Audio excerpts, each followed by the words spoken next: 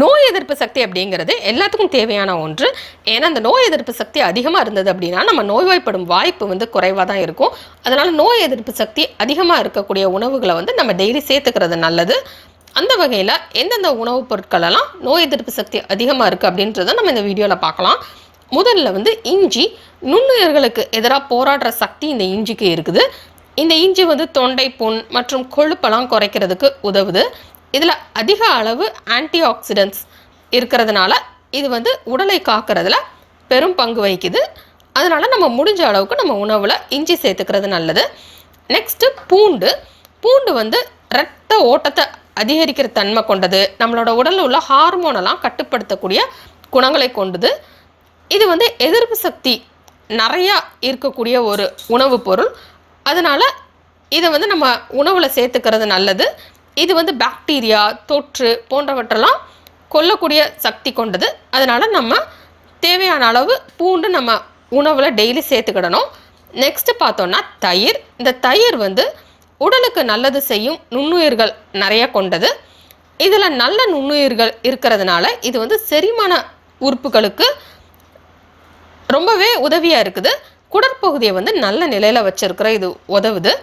ஆரோக்கியமான செரிமான மண்டலம் இருந்தது அப்படின்னா ஒரு நல்ல நோய் எதிர்ப்பு சக்தி கிடைக்கும். அதனால் நம்ம உணவில் தயிரையும் சேர்த்துக்கிறது நல்லது. நெக்ஸ்ட்டு பார்த்தோம் அப்படின்னா பாதாம். இந்த பாதாமில் வந்து நிறைய விட்டமின் இ இருக்குது. இந்த விட்டமின் இ வந்து நோய் எதிர்ப்பு சக்திக்கு ரொம்பவே முக்கியமான ஒன்று. அதனால் பாதாமில் நிறையா விட்டமின் இ இருக்கிறதுனால நம்ம வந்து இதை உணவில் சேர்த்துக்கிட்டோம் அப்படின்னா நல்ல ஒரு நோய் எதிர்ப்பு சக்தி கிடைக்கும். ஜலதோஷம் போன்ற நோயெல்லாம் வராமல் காக்கும். அதனால் நம்ம பாதாமை சேர்த்துக்கிறது நல்லது. நெக்ஸ்ட்டு பார்த்தோன்னா பப்பாளி. இந்த பப்பாளியில் விட்டமின் சி நிறையா இருக்குது. ஒரு நாளைக்கு நம்ம உடலுக்கு தேவையான விட்டமின் சி வந்து ஒரு பப்பாளியிலே இருக்குது.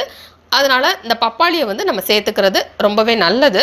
இந்த பப்பாளியில் நல்ல அளவு பொட்டாசியம், விட்டமின் பி இதெல்லாம் இருக்குது. அதனால் இது ரொம்பவே ஆரோக்கியத்துக்கு நன்மை பயக்கக்கூடிய ஒன்று. நெக்ஸ்ட்டு பார்த்தோன்னா மஞ்சள். இந்த மஞ்சள் வந்து சமையலுக்கு ஒரு மூலப்பொருள். இந்த மஞ்சள் வந்து முடக்குவாதம் போன்ற நோய்க்கெலாம் ரொம்பவே ஆரோக்கியம் கொடுக்கக்கூடியதாக இருக்குது. இந்த மஞ்சள் வந்து நம்ம உடலில் உள்ள நோய் எதிர்ப்பு சக்தியை அதிகரிக்கிறதுக்கு ரொம்பவே துணையாக இருக்குது. அதனால் முடிஞ்ச வரைக்கும் நம்ம உணவில் மஞ்சள் சேர்த்துக்கிறது ரொம்ப நல்லது. இந்த மஞ்சள் வந்து உடற்பயிற்சியினால் தூண்டப்படும் தசை சேதத்தை கூட குறைக்க உதவுது அப்படின்னு சொல்லி ஆராய்ச்சி சொல்லுது. நெக்ஸ்ட்டு பார்த்தோம் அப்படின்னா சிட்ரஸ் பழங்கள். சிட்ரஸ் பழங்கள்னு பார்த்தோம் அப்படின்னா ஆரஞ்சு, எலுமிச்சப்பழம் இதெல்லாம் சிட்ரஸ் பழம்னு சொல்லுவோம். இதில் வந்து அதிக அளவு விட்டமின் சி இருக்குது. சளி பிடிச்ச பிறகு நிறைய பேர் வந்து விட்டமின் சி அதிகமாக இருக்கக்கூடிய உணவுப் பொருட்களை சேர்த்துக்கிடுவாங்க. ஏன்னா அதில் தான் நோய் எதிர்ப்பு சக்தி அதிகமாக இருக்கும். இந்த விட்டமின் சி வந்து வெள்ளை இரத்த அணுக்களின் உற்பத்தியையும் அதிகரிக்குது. அதனால் தொற்று நோய்க்கெல்லாம் எதிர்த்து போராடுறதுக்கு இது ரொம்பவே உதவியாக இருக்குது. அதனால் முடிஞ்ச வரைக்கும் எலுமிச்சை, ஆரஞ்சு அதெல்லாம் நம்ம உணவில் சேர்த்துக்கிறது நல்லது. நெக்ஸ்ட்டு பார்த்தோன்னா தண்ணீர். தண்ணீர் வந்து நம்ம உடலில் வந்து ரொம்பவே குளிர்ச்சியாக வச்சுக்கிறதுக்கு உதவுது. இதுவே ஒரு நல்ல நோய் எதிர்ப்பு சக்தியை கொடுக்குது. ஒரு நாளைக்கு குறைந்தபட்சம் 8 கிளாஸ் சுத்தமான தண்ணி குடித்தோம் அப்படின்னா அதுவே நம்ம உடலை வந்து ரொம்பவே ஹெல்த்தியாக வச்சுக்கிறதுக்கு உதவுது. நெக்ஸ்ட்டு பார்த்தோன்னா தக்காளி. இந்த தக்காளியில் விட்டமின் சி நிறையா இருக்குது. அதனால் இந்த தக்காளி வந்து நம்ம உணவில் சேர்த்துக்கிறது ரொம்ப நல்லது. இதில் வந்து 16 மில்லிகிராம் விட்டமின் சி இருக்குது. இது வந்து ரொம்பவே நோய் எதிர்ப்பு சக்தியை அதிகரிக்கும். நெக்ஸ்ட்டு பார்த்தோன்னா முட்டை. முட்டையில் வந்து குறிப்பாக இந்த மஞ்சள் கரு நோய் எதிர்ப்பு சக்தியை அதிகரிக்கும் ஊட்டச்சத்து கொண்டது. இந்த முட்டையில் வந்து அதிக அளவு விட்டமின் டி இருக்குது. இது நோய் எதிர்ப்பு சக்தியை பலப்படுத்துவதற்கு இன்றியமையாத ஒன்றாக இருக்குது. ஒரு ஆய்வின்படி பார்த்தோன்னா குளிர்காலத்தில் தினசரி விட்டமின் டி சாப்பிட்றவங்களுக்கு சளி மற்றும் சுவாச குழாய் பிரச்சனை எதுவுமே வராது அப்படின்றது நிரூபிக்கப்பட்டுள்ளது. நெக்ஸ்ட்டு பார்த்தோன்னா காளான். உடல் நோய்களை வந்து போராடும் நோய் எதிர்ப்பு சக்தி காளானுக்கு அதிகமாக இருக்குது. இந்த காளானில் ஜிங்க் சத்து நிறையா இருக்கிறதுனால இது வந்து நம்ம உடலில் உள்ள நோய் எதிர்ப்பு சக்தியை அதிகரிக்கிறதுக்கு ரொம்பவே இன்றியமையாத ஒன்றாக இருக்குது. நெக்ஸ்ட்டு பார்த்தோன்னா ஆப்பிள். ஆப்பிள் வந்து நம்ம முன்னாடியே ஒரு பழமொழி கேட்டிருப்போம், and apple a day keeps a doctor away அப்படின்ட்டு. அதனால் ஆப்பிள் தினந்தோறும் ஒன்று சாப்பிட்டோம் அப்படின்னா ஜலதோஷம் போன்ற நோய்கள்லாம் தடுக்க உதவுது.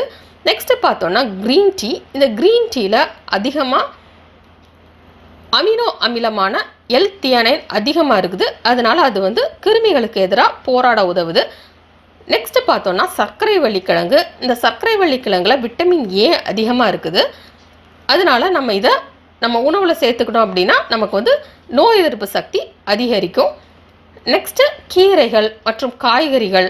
இந்த பச்சை நிற கீரைகள் மற்றும் காய்கறிகளில் வந்து விட்டமின் B1, விட்டமின் ஏ மற்றும் விட்டமின் சி நிறையா இருக்குது. அதனால் இதில் வந்து நிறைய நோய் எதிர்ப்பு சக்தி இருக்குது. அதனால் இந்த பச்சை காய்கறி, கீரை போன்றவற்றெல்லாம் வந்து நம்ம உணவில் சேர்த்துக்கிறது ரொம்பவே முக்கியம். நெக்ஸ்ட்டு வந்து சூரியகாந்தி விதை. இந்த சூரியகாந்தி விதையில் அதிக அளவு vitamin B6, magnesium, phosphorus, vitamin E போன்றதெல்லாம் இருக்கிறதுனால இதில் வந்து ரொம்பவே நோய் எதிர்ப்பு சக்தி இருக்குது. அதனால் நம்ம முடிஞ்ச வரைக்கும் இந்த சூரியகாந்தி விதையும் நம்ம சேர்த்துக்கிறது ரொம்பவே நல்லது. மேலே கூறியுள்ள எல்லா உணவுப் பொருட்களையும் நம்ம உணவில் டெய்லி சேர்த்துக்கிட்டோம் அப்படின்னா நமக்கு நல்ல ஒரு நோய் எதிர்ப்பு சக்தி உண்டாகும்.